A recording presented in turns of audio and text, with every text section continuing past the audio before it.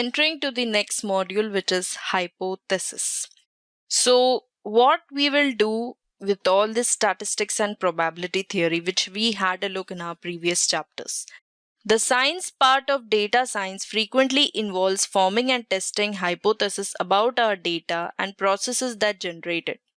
So basically, when it comes to statistical hypothesis testing, what hypothesis actually means, it is connected to the probability link. And the most important thing is that it is a statement that might be true, which can be tested. So hypothesis in normal layman terms, it is something like which can be considered to be true and which can be tested as and when it is needed. Say for example, Sam has a hypothesis that large dogs are better in catching tennis balls than small dogs. This is just a small layman example which I'm giving right now. So he has that hypothesis, of which is like a judgmental conclusion which he has kept in mind, that large dogs are better than smaller dogs. So we can test the hypothesis by having hundreds of different sized dogs and try to catch the tennis balls. And based on that conclusion, so that comes the picture with respect to probability. So we will analyze this with the probability and we'll understand like which one is the correct thing. And sometimes the hypothesis won't be tested. It is simply a good explanation, which could be wrong, which means that you have a wrong intention of keeping the hypothesis of some other value, but the actual scenario is something different.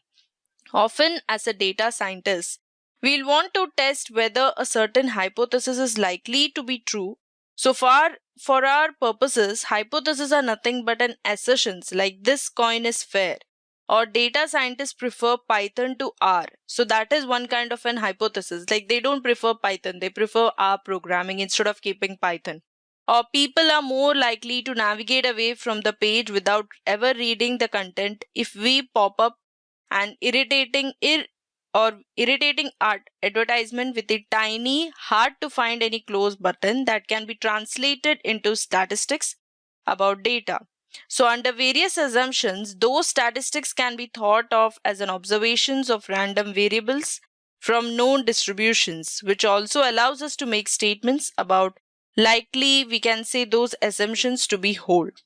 So basically in the classical setup, we have a null hypothesis, that is h of 0, that represents some default position, and some alternative hypothesis which needs to be done.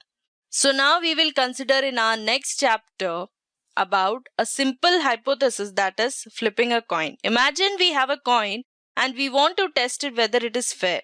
So we'll make the assumptions that the coin has a probability of p which lands to heads, and so our null hypothesis is that the coin is fair. So the chances of being coin fair is 0.5. So we'll test this with the alternative, with the hypothesis having a value which is not equal to 0.5. So how to analyze that and how to manipulate it so that we get the desired output is that the main cause, which we will have a look in our next chapter. So let's analyze the demo of hypothesis in Python in our next chapter.